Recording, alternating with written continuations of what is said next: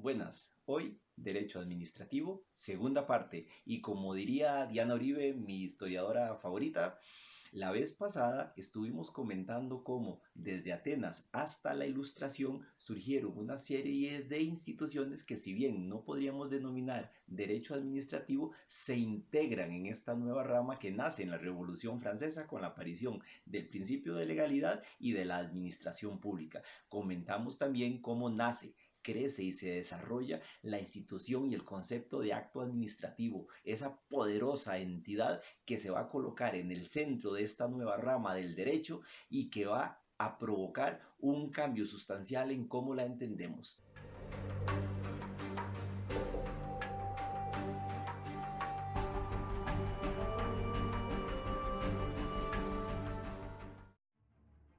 ¿Estamos listos?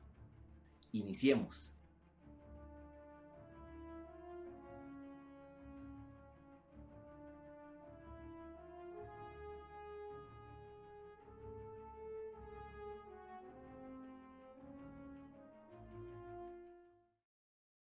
Segunda etapa, el acto administrativo como centro del derecho procesal.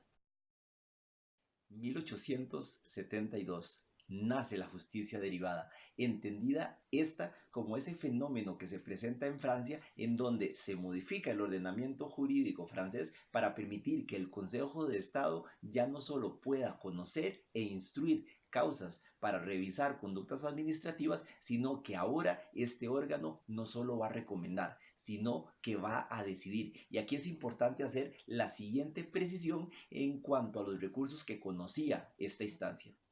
En aquel momento, el Consejo de Estado francés tenía a su cargo el conocimiento de un recurso que se denominaba de plena jurisdicción. Aquí quiero aclarar que esta denominación de plena jurisdicción no es la que se le da a algún tipo de recurso en la actualidad en ciertos estados latinoamericanos. En este contexto del que estamos hablando, el recurso de plena jurisdicción tenía relación o tenía que ver con las causas civiles planteadas en contra de la administración, particularmente en temas contractuales, por ejemplo. Y el otro tipo de recurso que era menos relevante era el que se denominaba recurso por exceso de poder. Era este segundo el que permitía la revisión de conductas administrativas. Y es en este momento que el recurso de plena jurisdicción cede su supremacía en el trabajo del Consejo de Estado francés al recurso por exceso de poder. Y es de esta manera que este recurso, que tiene como vértice de su acción y de su alcance el acto administrativo, toma el primer lugar en las actividades de este órgano y de esta manera el instituto del acto administrativo se vuelve el eje del derecho administrativo en Francia.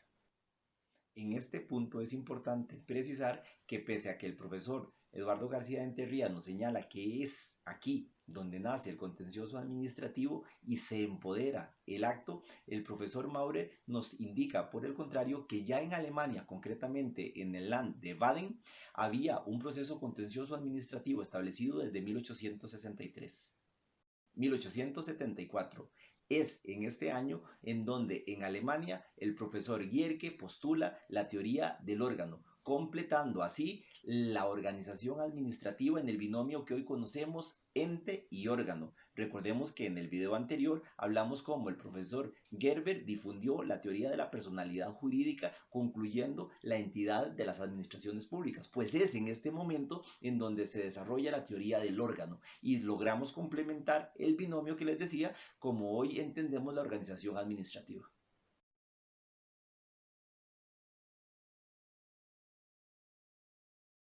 1888. Este año nos ha sonado a los que estudiamos derecho administrativo por todas partes. Y es que en Iberoamérica y concretamente en España es este el año en el que se promulga la ley de Santa María de Paredes. Ley famosísima y muy comentada en América Latina porque es la primera legislación en materia contencioso administrativa en Hispanoamérica. Y aquí es importante precisar que esta normativa tiene la virtud de ser la primera, sin embargo, como nos señala la doctrina, fue una ley bastante regresiva, pues mantiene la división de actos administrativos y se aleja completamente de cualquier posibilidad de ejercer control sobre discrecionalidad administrativa y sobre actos de gobierno. 1925. Austria. Este año es particularmente importante porque recordemos que estamos en un contexto histórico en donde en el derecho sustantivo ya el acto administrativo está gobernando, está reinando, y además tenemos normas procesales dirigidas directamente a revisar este tipo particular de conducta administrativa. Y es que el 21 de julio de este año, 1925, se promulga en Austria lo que podría ser la primera ley de procedimiento administrativo en la dinámica actual, es decir, una ley que regula el nacimiento y producción de este tipo específico de manifestación de actividad administrativa, el poderoso acto administrativo. 1946. Finalmente, esta fecha es relevante porque se promulga en Estados Unidos la Ley de Procedimiento Administrativo, y aquí cerramos esta segunda etapa. Y así, el derecho administrativo, absorto en su grandeza, maravillado de su técnica interna y particularmente gozando de la pureza del acto administrativo como eje medular de su vida, se retira de las oficinas públicas y se refugia en las universidades y en la academia, e incluso en cierta parte de la jurisprudencia. Esto hace, evidentemente, que el derecho administrativo se aleje cada vez más de la práctica cotidiana, volviéndose inteligible inclusive para la media de los abogados. Y ahora hablaremos de Costa Rica. 1868. En este año, el Juzgado de Hacienda conoce un conflicto jurisdiccional importantísimo. Es el proceso presentado por la Municipalidad de Heredia en contra de la Municipalidad de San José por la titularidad de la legua de San Juan del Murciélago. Evidentemente, estoy hablando de Tibás. Este proceso, iniciado 28 años antes, viene a cerrar una herida entre las dos provincias derivada de la Guerra de la Ambulancia, la cual determinó que la capital de Costa Rica iba a ser San José. Y la enorme pregunta que hacemos aquí es: si estamos en 1868 y la doctrina cita el nacimiento del proceso contencioso administrativo de justicia delegada en Francia en 1872, ¿será que en Costa Rica teníamos un proceso jurisdiccional de justicia delegada anterior al establecimiento de este tipo de causas judiciales en Francia? La respuesta se las daré más adelante cuando veamos en otro video el proceso contencioso administrativo. Continuemos. 1871.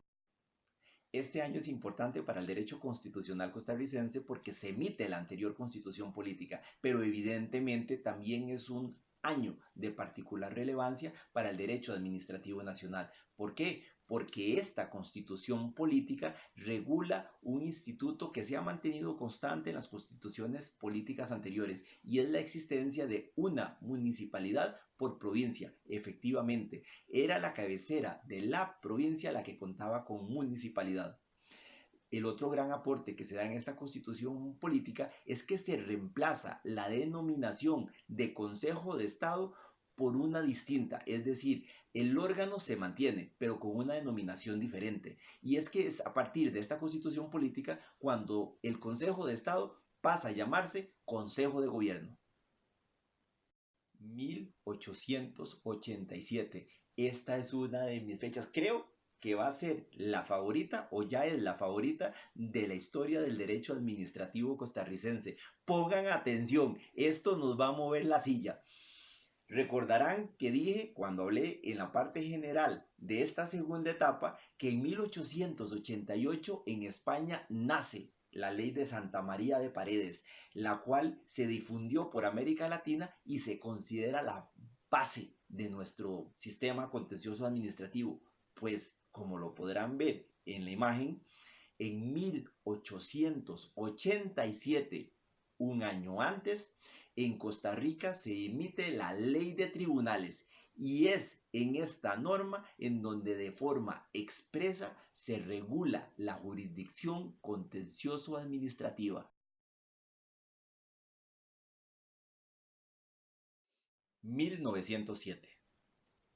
el derecho administrativo costarricense explota. Surgen una serie de libros, artículos, tratados en la materia. A veces nos cuesta pensar que en este momento de la historia circulaba doctrina nacional en la materia, y sí, y pongo el año de 1907 porque es este el año en donde Antonio Zambrana publica una de las principales obras de derecho administrativo, Estudios Jurídicos, 1939.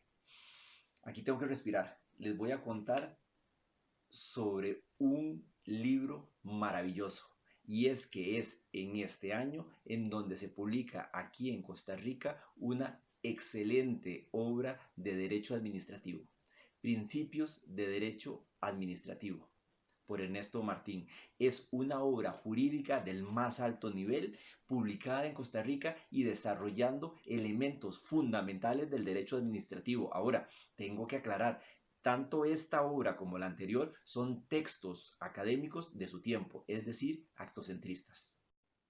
1949 se promulga la actual Constitución Política, evidentemente importante para el derecho constitucional, pero también importante para el derecho administrativo. Y entre otras normas de este texto constitucional podemos resaltar el artículo 48, que establece como fuente del ordenamiento jurídico a los instrumentos internacionales de derechos humanos. Particularmente relevante el artículo 49. Se regula constitucionalmente una jurisdicción contencioso-administrativa.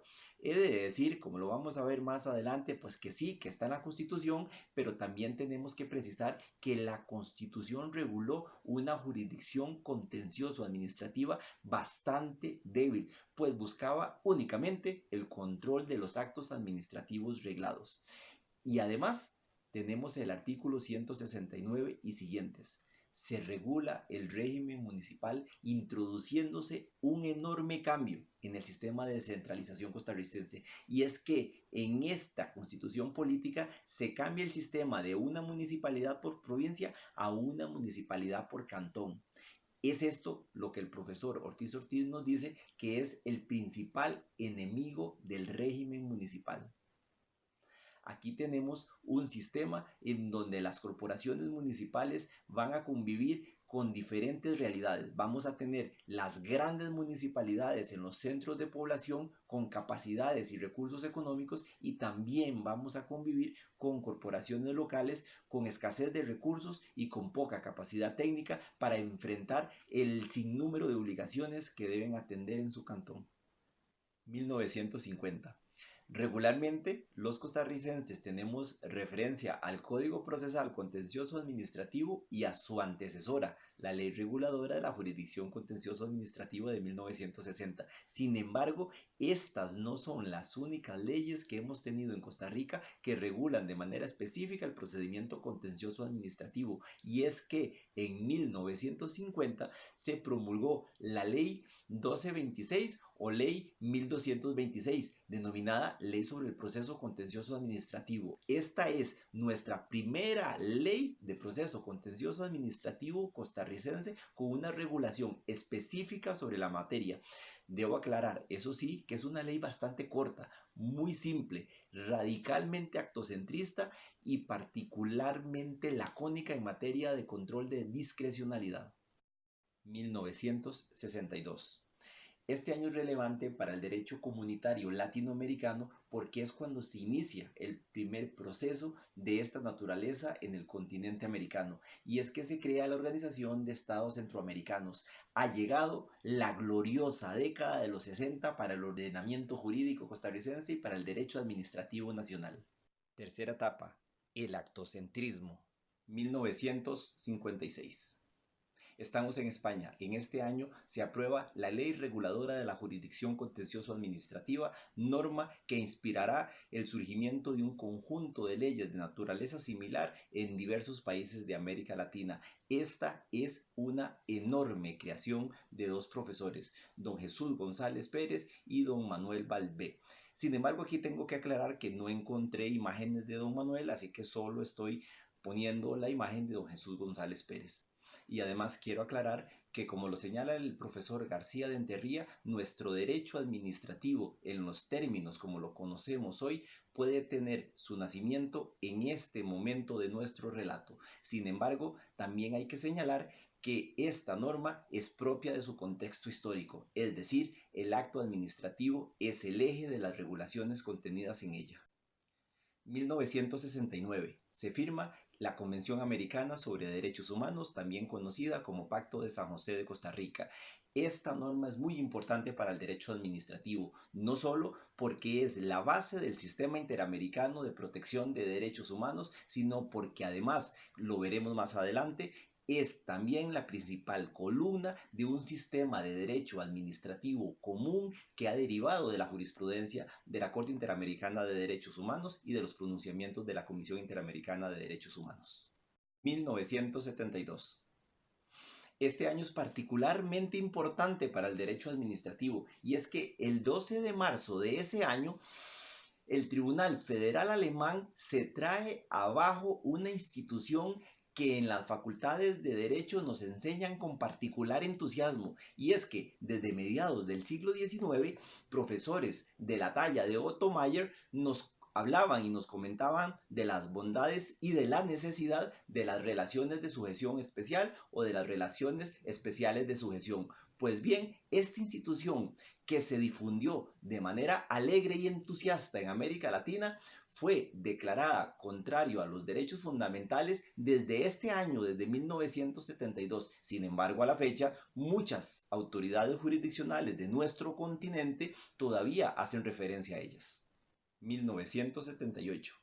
Emisión de la Constitución Política de España. Y es que esto es relevante en materia de derecho administrativo. Ya sé que están pensando que en el periodo del que hemos estado comentando del derecho administrativo han habido decenas de procesos constitucionales en los países de América Latina. Sin embargo, este es interesante para nuestro tema porque es a la luz de este proceso constitucional que se desata una enorme discusión sobre el tema del control judicial de la discrecionalidad. Y esto va más allá todavía, porque el profesor Eduardo García de Enterría insiste mucho en la importancia de la discusión suscitada por este acontecimiento histórico en el sentido de separar, por fin, la discrecionalidad administrativa como institución sustantiva del derecho administrativo de los conceptos jurídicos indeterminados como técnica interpretativa procesal. Y es que todavía hoy, en el siglo XXI, y ya no en las primeras décadas, este es un tema que con frecuencia se mezcla.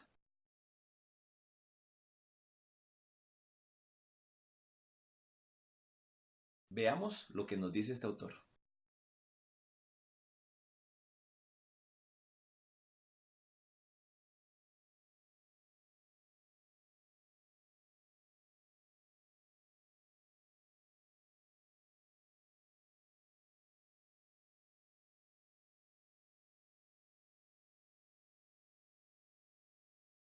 1979. Y adivinen que este año es relevante. Sí, sí, ya sé que lo digo con todos. Este me gusta. Y es que es este el año en el que empieza a funcionar la Corte Interamericana de Derechos Humanos en nuestro continente. Estos primeros años no son particularmente fructíferos. Será hasta la década de los 90 que este tribunal supraestatal empiece a generar una serie de resoluciones útiles para la dinámica jurídica. Y es en las primeras 2 décadas de este siglo cuando introduce una serie de criterios de derecho administrativo, de derecho público, de derecho parlamentario que nos van a permitir ir unificando poco a poco nuestros sistemas administrativos latinoamericanos. Sin embargo, antes de iniciar la exposición de la cuarta etapa, voy a repasar qué sucedió en Costa Rica en este tercer periodo del derecho administrativo. Van a ver que se viene lo mejor. La cuarta etapa es un cierre espectacular. Como ya me han escuchado varias veces mis amigos, nos quedamos en este momento histórico en la gloriosa década de los 60, el mejor momento para ser administrativista aquí en Costa Rica. Iniciemos el análisis de esta etapa histórica. 1963. En este momento de nuestro relato se introduce una espectacular reforma a la Constitución política. Nuestro texto constitucional ya regulaba desde 1949 la existencia de una jurisdicción contencioso-administrativa. Sin embargo, como les comenté antes, esta jurisdicción contencioso-administrativa estaba dirigida al control de actos reglados. Pues bien, en el contexto de un derecho administrativo que busca el control de la discrecionalidad administrativa, necesita modificar las regulaciones constitucionales para incursionar procesalmente en esta materia. Y es así como en 1963 se modifica el texto constitucional para permitir este tipo de relación entre poderes, es decir, el Poder Judicial controlando la discrecionalidad administrativa del Poder Ejecutivo. ¿Qué significa esto? Lo veremos en otro video cuando analicemos los alcances de la discrecionalidad administrativa y cómo ésta puede ser controlada por las autoridades judiciales. 1966. 3 años más tarde se emite en Costa Rica nuestra segunda ley contencioso-administrativa en materia procesal y es la que ya todos conocemos como Ley Reguladora de la Jurisdicción Contencioso-Administrativa. Estimados y estimadas colegas, esta segunda norma procesal de Costa Rica, fuertemente inspirada en la legislación española de 1956, es de corte actocentrista. Evidentemente, ese era su contexto de vida.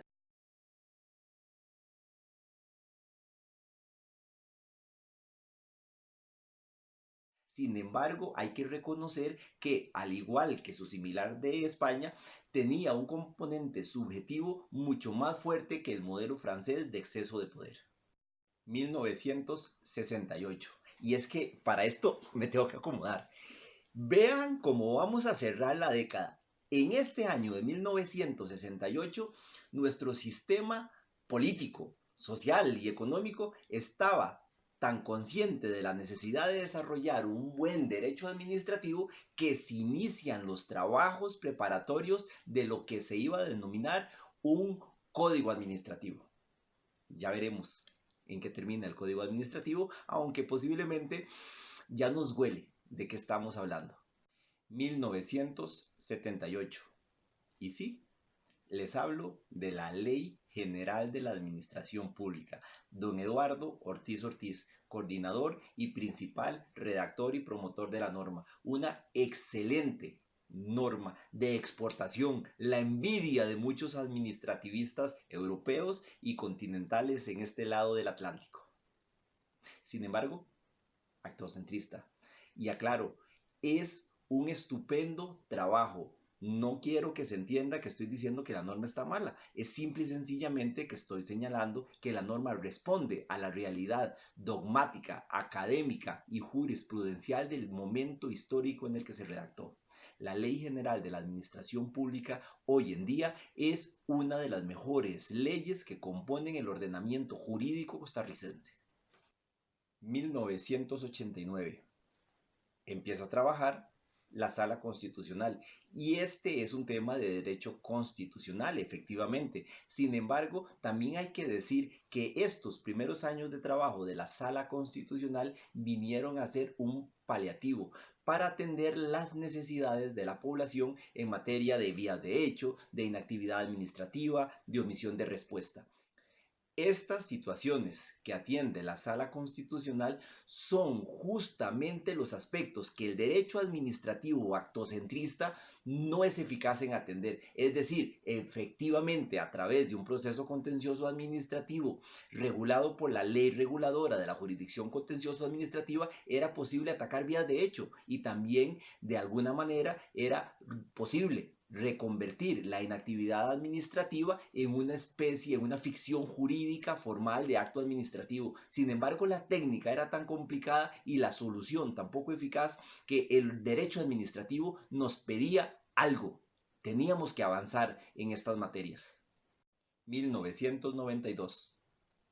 Este es un punto de inflexión para el derecho comunitario y es que es en este año cuando la Organización de Estados Centroamericanos, ODECA, que ya habíamos señalado que se había creado en los años 60, concretamente en 1962, se modifica, se transforma en virtud del protocolo de Tegucigalpa y se convierte en el sistema de integración centroamericana que rige los destinos de buena parte de Centroamérica en estos momentos y que va a ser objeto de un profundo análisis más adelante.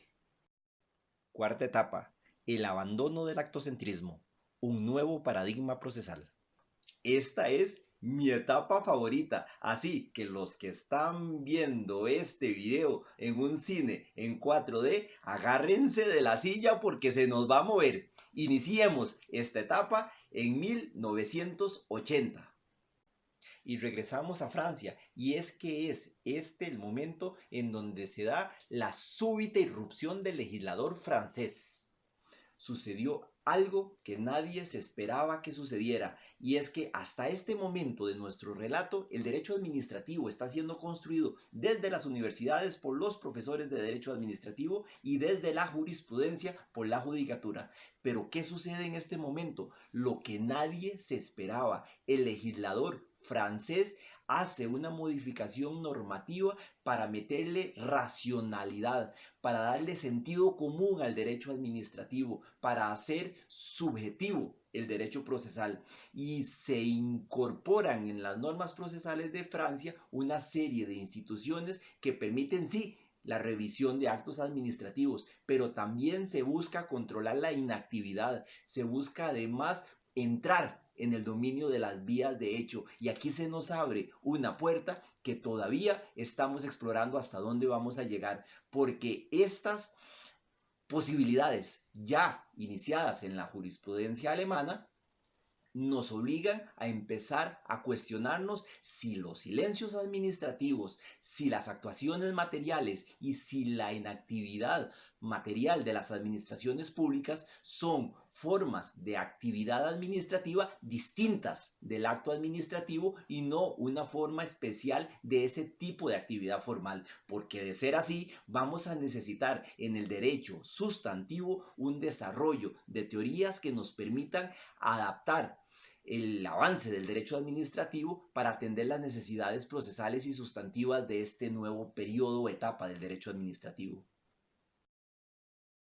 1998. El proceso iniciado en Francia en 1980 y complementado con otra reforma procesal importante en 1995 hace que la discusión en España se dispare. Y es así como en este año de 1998 se promulga la actual ley reguladora de la jurisdicción contencioso-administrativa española. Importante porque aquí ya tenemos un mayor desarrollo en materia de medidas cautelares, de ejecución de sentencia, pero además vemos ya un desarrollo en materia de inactividad administrativa y de vías de hecho. Pero alto, la norma todavía tiene importantes resabios de culto al acto administrativo. Año 2000. Aquí ya entramos en calor y en Francia se da una reforma adicional en materia de referé y atención cautelar de las necesidades del justiciable. 1996. Aquí vamos a hacer referencia a un periodo de tiempo y nos regresamos a Alemania, y es que en estos años se dan tres importantes modificaciones a la ley de procedimiento administrativo alemán que no había sido casi modificada desde su entrada en vigencia en 1977, y de estas tres modificaciones la reforma más importante es la tercera, que tiene que ver con administración electrónica. 2008. Si bien al estudiar las primeras tres etapas de la evolución del derecho administrativo reservé un espacio al final de cada una de ellas para estudiar la evolución y el desarrollo del derecho administrativo en Costa Rica, creo importante señalar en este momento que es en este año en el que entra en vigencia en Costa Rica el Código Procesal Contencioso Administrativo, norma adjetiva que actualiza el sistema contencioso administrativo nacional, abriendo las pretensiones de manera clara y expresa al control de la inactividad administrativa formal y material y al control también de las actuaciones materiales de las administraciones públicas, a la vez que se fortalece las medidas cautelares y la ejecución de sentencia. 2015, regresamos a España y es que es en este año en donde se da una importante modificación al sistema español, pues se emiten dos leyes que modifican todo el esquema de derecho administrativo establecido a principios de los años 90.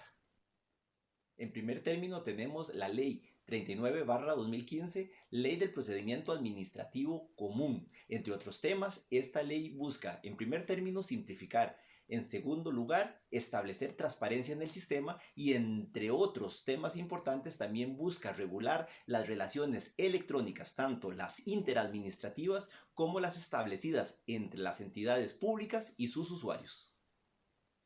La segunda es la Ley 40/2015, Ley del Régimen Jurídico del Sector Público. Al igual que la ley anterior, esta busca simplificar el sistema. Busca también regular la administración pública electrónica y actualizar y ajustar temas de organización administrativa como por ejemplo y entre otros el tema de las agencias. 2016.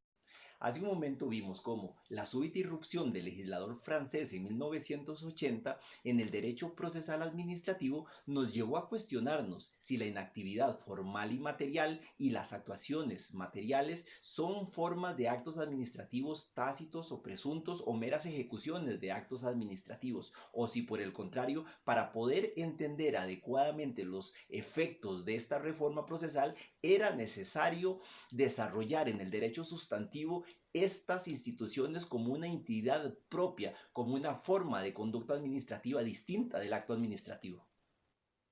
Pues bien, es en este año 2016 cuando el derecho sustantivo da un paso adelante con la emisión del Código de Relaciones entre el público y las administraciones, que concluye un proceso de aproximadamente 35 años que pasa por la emisión de 5 leyes y un reglamento de la siguiente manera.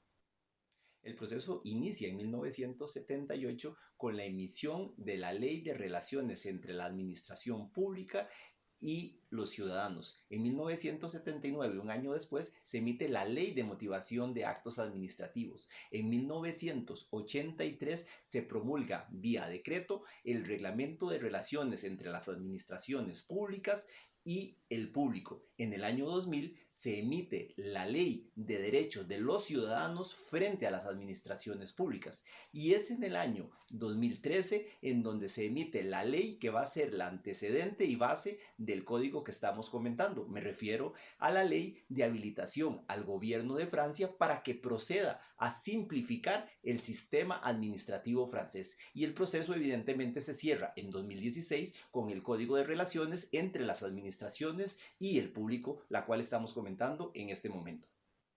Y así llegamos al final de este video, en donde quise compartir con ustedes los principales eventos que concurrieron a la evolución del derecho administrativo, no de todos, como lo dije al inicio, y quiero compartir con ustedes algo fundamental de todo lo que hemos hablado. Estamos ante un cambio de paradigma, pero nosotros, los y las administrativistas, tenemos que tener cuidado de no volver a caer en un formalismo innecesario que saque al derecho administrativo de la realidad, de los despachos públicos, de las necesidades de las personas, y lo recluya nuevamente en las oficinas de los jueces y en la academia.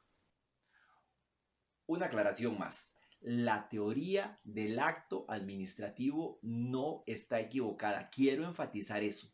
Simplemente quiero recalcar que esa teoría no es suficiente para que el derecho administrativo satisfaga las necesidades de nuestras sociedades en el siglo XXI. No tengamos miedo de dar un paso adelante en el estudio de otras formas de manifestación de la conducta administrativa. Debemos entender que el derecho administrativo es una herramienta fundamental para el desarrollo de las sociedades. Construyamos juntos una teoría general del derecho administrativo que es necesaria en este nuevo siglo. Dejemos que el derecho administrativo esté en todas partes, pero comprendamos que este debe ser simple y ajustado a la realidad. Lo importante no es solo lo que las administraciones dicen, sino además lo que hacen o dejan de hacer para ayudar al ser humano, al ambiente y a la economía de cada uno de nuestros países. Evidentemente, el derecho administrativo podrá ser un poderoso aliado en el siglo XXI. Y nos vemos. Gracias por verme. Y si les gustó el video, por favor, difúndanlo y denme sus likes. Y si no les gustó, por favor, produzcan sus propios materiales. Esto nos beneficiará a todos, porque así vamos a tener más información para que aprendamos juntos. Y claro está, los invito a ver el próximo video.